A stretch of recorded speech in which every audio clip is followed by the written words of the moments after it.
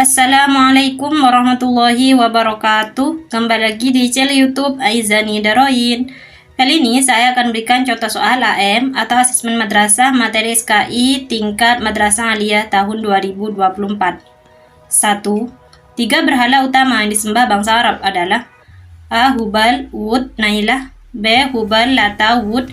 C. Uzza, Lata, Manaf. D. Uzza, Lata, Nailah. E. Suwa, Lata, Manaf.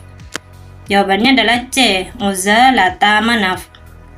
Soal nomor 2. Berikut ini adalah bentuk pemujaan yang dilakukan oleh bangsa Arab sebelum Islam kecuali A. Menyembah malaikat. B. Menyembah jin. C. Menyembah seorang nabi yang soleh. D. Menyembah bintang-bintang. E. Menyembah berhala. Jawabannya adalah C. Menyembah seorang nabi yang soleh. Soal nomor 3. Sistem pemerintahan pada masa jahiliyah adalah A. Kerajaan absolut. B. Presidensil. C. Teokrasi. D. Demokrasi. E. Federal. Jawabannya adalah A. Kerajaan absolut. Soal nomor 4. Bangsa Arab percaya bahwa untuk menyembah Tuhan dapat menggunakan perantara berupa A. Pohon. B. Berhala. C. Batu. D. Api. E. Jimat. Jawabannya adalah B. Berhala. Soal nomor 5. Wahyu yang pertama kali turun kepada Nabi Muhammad adalah perintah untuk A. Berdakwah. B. Berdoa. C. Membaca. D. Menulis. E. Berperang. Jawabannya adalah C. Membaca. Soal nomor 6. Sikap penduduk Taif terhadap dakwah Nabi SAW adalah A. Bersikap netral antara orang Quraisy dan orang-orang Islam. B. Bersedia membantu dakwah Nabi dengan jaminan. C. Menerima dengan baik kehadiran Nabi SAW meskipun tidak bersedia membantu. D. Menolak dengan olok-olokan dan melempari Nabi SAW dengan batu. E. Menolak dan membiarkan pergi begitu saja. Jawabannya adalah D. Menolak dengan olok-olokan dan melempari Nabi SAW dengan batu. Soal nomor 7. Fakta berikut ini yang terjadi pada masa-masa awal dakwah Islam di Mekah kecuali A. Jika umat Islam hendak beribadah harus mencari tempat yang tersembunyi. B. Kaum kafir Quraisy sangat memusuhi Rasulullah. C. Banyak pemuka masyarakat yang masuk Islam dengan sukarela. D. Jumlah kaum muslimin sangat sedikit. E. Beberapa sahabat yang disiksa bahkan dibunuh oleh kaum kafir. Jawabannya adalah C. Banyak pemuka masyarakat yang masuk Islam dengan sukarela. Soal nomor 8. Pada tahun ke-14 kenabian Nabi Muhammad SAW, hijrah dari Mekah ke Madinah. Hijrah merupakan peristiwa monumental dalam perjalanan dakwah Islam. Untuk membangun negara Madinah, Rasulullah SAW mengadakan perjanjian dengan kaum Yahudi dalam bentuk penandatanganan piagam Madinah. Berikut ini yang tidak termasuk isi pokok dari piagam Madinah tersebut adalah A. Menghormati Nabi Muhammad SAW sebagai pemimpin semua golongan. B. Kaum muslimin berhak mendapatkan upeti dari kaum Yahudi Madinah. C. Kaum muslimin dan Yahudi bersama-sama mempertahankan Madinah. D. Kaum Yahudi bebas menjalankan ibadah sesuai dengan keyakinannya. Jawabannya adalah D. Kaum Yahudi bebas menjalankan ibadah sesuai dengan keyakinannya. Soal nomor 9. Titik awal perkembangan Islam adalah ketika Nabi hijrah ke Madinah dan berdakwah di sana. Berikut adalah kebijakan pemerintahan Rasulullah SAW periode Islam di Madinah kecuali A. Mempersaudarakan antara Muhajirin dan Ansor. B. Meletakkan dasar-dasar politik dan tatanan sosial masyarakat. C. Mendirikan masjid. D. Memecah belah kaum Ansor dan Muhajirin. E. Menciptakan kesejahteraan umum. Jawabannya adalah D. Memecah belah kaum Ansor dan Muhajirin. Soal nomor 10. Tanah di kota Madinah terkenal subur karena kota Madinah sebelah selatan berbatasan dengan bukit air, di sebelah utara dengan bukit Uhud dan Sur, dan di sebelah timur dan barat dengan gurun pasir Haroh. Jadi tidak heran jika Madinah menghasilkan A. Sayur dan buah-buahan. B. Kain. C. Tembaga. D. Emas. E. Perak. Jawabannya adalah A. Sayur dan buah-buahan. Soal nomor 11. Dakwah Rasulullah periode Mekah berlangsung selama kurang lebih 13 tahun. Sedangkan periode Madinah selama A. 9 tahun. B. 10 tahun. C. 11 tahun. D. 12 tahun. E. 14 tahun. Jawabannya adalah A. 9 tahun. Soal nomor 12. Masjid Nabawi mulai dibangun Rasulullah dan sahabatnya pada tahun A. 622 Masehi, B. 623 Masehi, C. 624 Masehi, D. 625 Masehi, E. 626 Masehi. Jawabannya adalah A. 622 Masehi. Soal nomor 13, dalam Piagam Madinah yang dideklarasikan Nabi Muhammad SAW terdapat pasal. A. 45 pasal, B. 46 pasal, C. 47 pasal, D. 48 pasal, E. 49 pasal. Jawabannya adalah C. 47 pasal. Soal nomor 14, isi Piagam Madinah pasal 1 yaitu A. Sungguhnya mereka satu umat, berbeda dari komunitas manusia lain. B. Setiap pasukan yang berperang bersama harus bahu-membahu satu sama lain. C. Kaum Yahudi mikul biaya bersama mukminin selama dalam peperangan. D. Tidak boleh jaminan diberikan kecuali seizin ahlinya. E. Sungguhnya tidak ada perlindungan bagi Quraisy Mekah. Jawabannya adalah A. Sesungguhnya mereka satu umat, berbeda dari komunitas manusia lain. Soal nomor 15, tokoh yang masuk Islam pada peristiwa Fatu Mekah. A. Muawiyah bin Abi Sufyan, B. Abu Musa al-Asy'ari, C. Abu Sufyan bin Al-Haris, D. Abu Jahal, E. Abu Lahab. Jawabannya adalah C. Abu Sufyan bin Al-Haris. Soal nomor 16, Bani Umayyah kekhalifahan Islam pertama setelah era kepemimpinan Khulafaur Rasyidin yang berpusat di kota A. Yaman, B. Hijaz, C. Basrah, D. Damaskus, E. Mesir. Jawabannya adalah D. Damaskus. Soal nomor 18, pada masa Bani Umayyah telah ditetapkan adanya beberapa sekretaris negara. Di antaranya adalah Sekretaris Urusan Kehakiman atau disebut A. Kitab Ar-Rasail, B. Kitab Asy-Syurtah, C. Kitab Al-Qadi, D. Kitab Al-Kharaj, E. Kitab Al-Mali. Jawabannya adalah C. Kitab Al-Qadi. Soal nomor 19, Barid adalah A. Organisasi kepolisian, B. Organisasi pos, C. Sebagai pengawal khalifah, D. Organisasi keuangan. Jawabannya adalah B. Organisasi pos. Soal nomor 20, kekuasaan Islam pada masa Khalifah Al-Walid bin Abdul Malik berkembang sangat luas, yaitu mulai dari daerah Indus di India hingga A. Cape Town, Afrika Selatan, B. Andalusia, Spanyol, C. Paris, Prancis, D. Oslo, Norwegia, E. London, Inggris. Jawabannya adalah B. Andalusia, Spanyol. Soal nomor 21, tokoh pembaruan Islam yang berasal dari Kabul, Afghanistan adalah A. Muhammad Abduh, B. Jamaluddin Al-Afwani, C. Ali Pasha, D. Rashid Ridho, E. Muhammad Iqbal. Jawabannya adalah B. Jamaluddin Al-Afwani. Soal nomor 22, Muhammad Rashid Ridho untuk menghidupkan persatuan umat Islam bukanlah dengan cara membangun gerakan nasionalisme ala Turki yang hanya mendasarkan kesatuannya pada bahasa dan kebangsaan. Menurutnya, kesatuan yang dibutuhkan oleh umat Islam adalah berlandaskan pada A. Kesamaan sejarah, B. Mazhab fikih, C. Keyakinan Islam, D. Kesamaan visi misi, E. Tujuan hidup. Jawabannya adalah C. Keyakinan Islam. Soal nomor 23, organisasi Serikat Dagang Islam yang di kemudian hari berubah menjadi Sarekat Islam berdiri di kota A. Surabaya, B. Majalengka, C. Surakarta, D. Jakarta, E. Bandung. Jawabannya adalah C. Surakarta. Soal nomor 24, Kiai adalah sebuah sebutan dari kalangan Jawa untuk seorang yang A. Raja, B. Guru sekolah, C. Pendiri organisasi Islam, D. Sufi, E. Ahli agama. Jawabannya adalah E. Ahli agama. Soal nomor 25, masa kekuasaan dinasti Bani Abbasiyah berlangsung dalam rentang waktu yang panjang, yaitu dimulai dari tahun A. 132 Hijriah atau 750 Masehi sampai 656 Hijriah atau 1258 Masehi, B. 133 Hijriah atau 750 Masehi sampai 657 Hijriah atau 1259 Masehi, C. 134 Hijriah atau 752 Masehi sampai 658 Hijriah atau 1260 Masehi, D.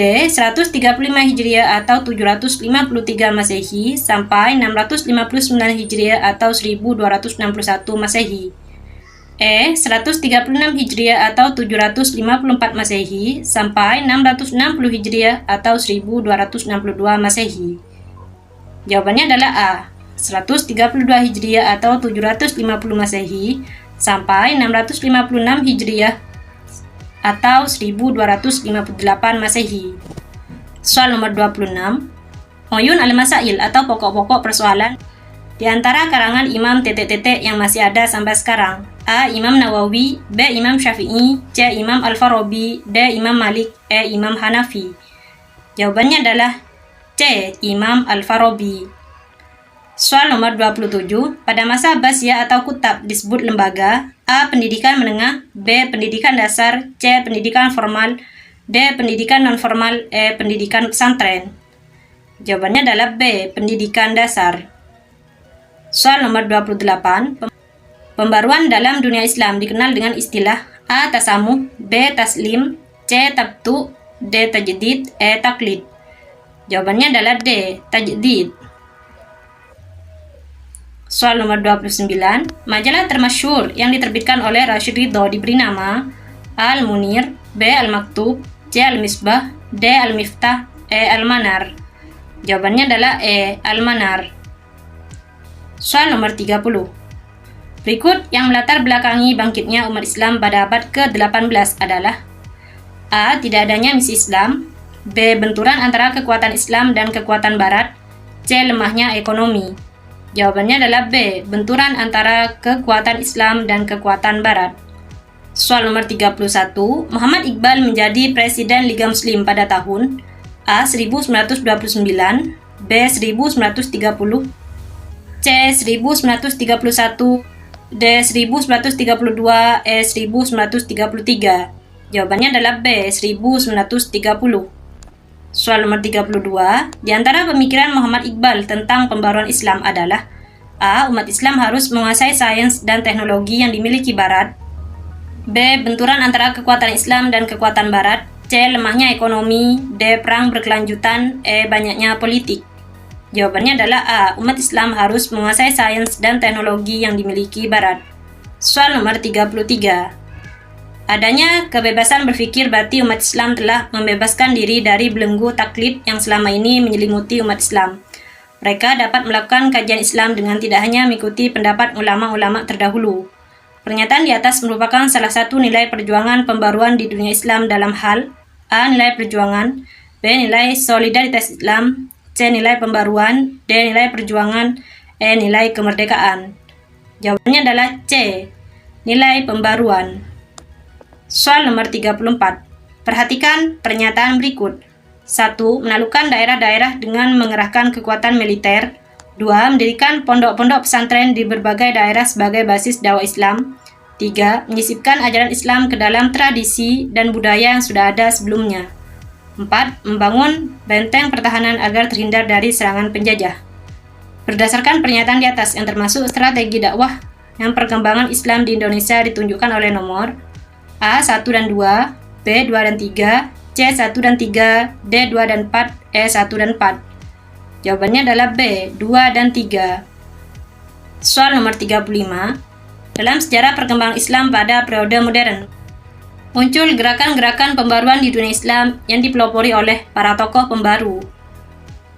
Latar belakang munculnya pembaruan tersebut adalah A. Kemajuan bangsa Barat, B. Revolusi industri di Barat, C. Revolusi pengetahuan, D. Renaissance di Barat, E. Kesadaran umat Islam atas kemunduran dirinya di berbagai bidang.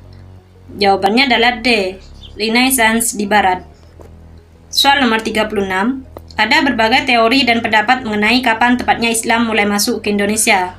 Pendapat yang mengatakan bahwa Islam masuk ke Indonesia pada abad ke-13 didukung dengan adanya bukti A. Batu nisan Sultan Malik As-Soleh yang bertahun 1297 Masehi, B. Adanya komunitas orang-orang Tasih di Sumatera Selatan, C. Rencana orang-orang Tasih menyerang Ratu Sima, D. Raja-raja Samudra Pasai yang memakai gelar Al-Malik, E. Batu nisan Fatimah binti Maimun yang bertahun 1082 Masehi.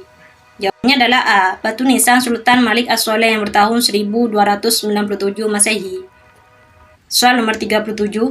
Penyebaran Islam yang disesuaikan dengan pola pikir masyarakat yang masih berorientasi pada agama Hindu dan Buddha adalah penyebaran Islam melalui A. Jalur pendidikan, B. Jalur dakwah, C. Jalur seni budaya, D. Jalur tasawuf, E. Jalur perdagangan. Jawabannya adalah D. Jalur tasawuf. Soal nomor 38. Kerajaan Aceh menjalin persahabatan dengan negeri-negeri Islam bertujuan untuk A. Meraih kesuksesan dalam politik, B. Meraih kembali kegemilangan kerajaan Islam di Nusantara, C. Meraih kesuksesan dalam perekonomian, D. Mensejahterakan rakyat Aceh, E. Mencapai kekuasaan dalam berdakwah ke negeri-negeri lain. Jawabannya adalah D. Mensejahterakan rakyat Aceh. Soal nomor 39. Dalam melaksanakan kegiatan dakwah, para wali songo menggunakan berbagai metode yang berbeda-beda. Sunan Ampel melakukan kegiatan dakwah dengan cara A. Mendirikan pesantren, B. Menciptakan lagu-lagu yang mengandung nilai-nilai keislaman, C. Melalui pertunjukan wayang, D. Menulis buku-buku mengenai Islam. Jawabannya adalah A. Mendirikan pesantren.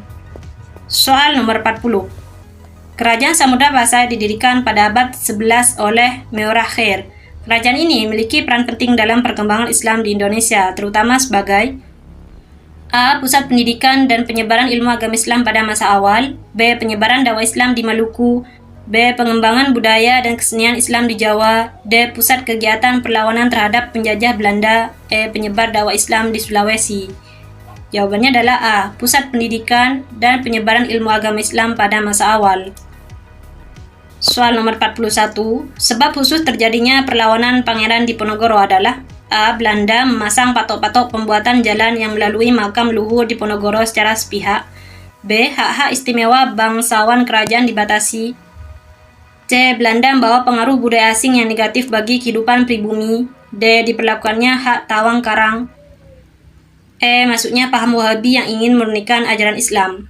Jawabannya adalah A. Belanda masang patok-patok pembuatan jalan yang melalui makam luhur Diponegoro secara sepihak.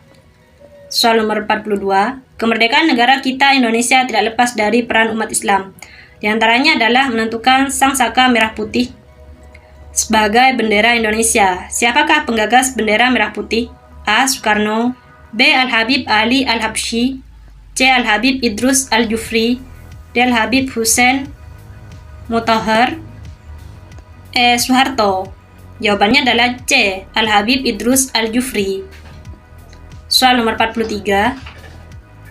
Islam masuk ke Asia Tenggara melalui beberapa tahapan. Yang tidak termasuk dari tahapan masuknya Islam ke Asia Tenggara adalah A. Perdagangan, B. Perkawinan, C. Pendidikan, D. Perlombaan, E. Pernikahan. Jawabannya adalah D. Perlombaan. Soal nomor 44. Aljazair memproklamirkan merdeka sebagai negara Republik Kesatuan tepatnya pada tanggal A. 5 Juli 1962, B. 5 Juli 1952, C. 5 Juli 1965, D. 5 Juli 1956, E. 5 Juli 1967. Jawabannya adalah A. 5 Juli 1962. Soal nomor 45. Sebelum Islam berkembang pesat di Amerika Serikat, tingkat pengetahuan warga Amerika Serikat tentang Muslim sangat rendah. Hal ini disebabkan A. Minimnya sarana prasarana bagi umat Islam dalam menjalankan ibadahnya, B. Pemerintah Amerika melarang penduduknya beragama Islam, C. Minimnya ulama yang menyebarkan agama Islam di Amerika Serikat, D. Anggapan mereka bahwa Islam hanya di negara Timur Tengah dan Asia Selatan, E. Minimnya sarana prasarana bagi umat Islam dalam menjalankan bisnisnya. Jawabannya adalah D. Anggapan mereka bahwa Islam hanya di negara Timur Tengah dan Asia Selatan. Soal nomor 46. Dua kota menjadi pusat dan titik tolak peradaban Islam ialah A. Baghdad dan Istanbul, B. Mekah dan Madinah, C. Cordoba dan Kairo, D. Damaskus dan Baghdad, E. Baghdad dan Islandia Baru. Jawabannya adalah B. Mekah dan Madinah. Soal nomor 47. Salah satu karya Syekh An-Nawawi Al-Bantani ialah A. Tafsir Al-Marawi, B. Nasaih Al-Ibad, C. Fiqh Sunnah, D. Al-Fiqh Al-Islami wa Adillatuh, E. Tafsir Asyawi. Jawabannya adalah B. Nasaih Al-Ibad. Soal nomor 48. Masa keemasan kota Baghdad terjadi pada masa pemerintahan A. Muawiyah bin Abi Sufyan, B. Umar bin Abdul Aziz, C. Harun Ar-Rasyid dan Al-Ma'mun, D. Yazid bin Muawiyah, E. Muawiyah bin Abdul Aziz. Jawabannya adalah C. Harun Ar-Rasyid dan Al-Ma'mun. Soal nomor 49. Universitas tertua yang didirikan Jauhar Khotib As-Sakili di Kairo pada masa dinasti Fatimiyah adalah A. Universitas Al-Azhar, B. Universitas Qairawan.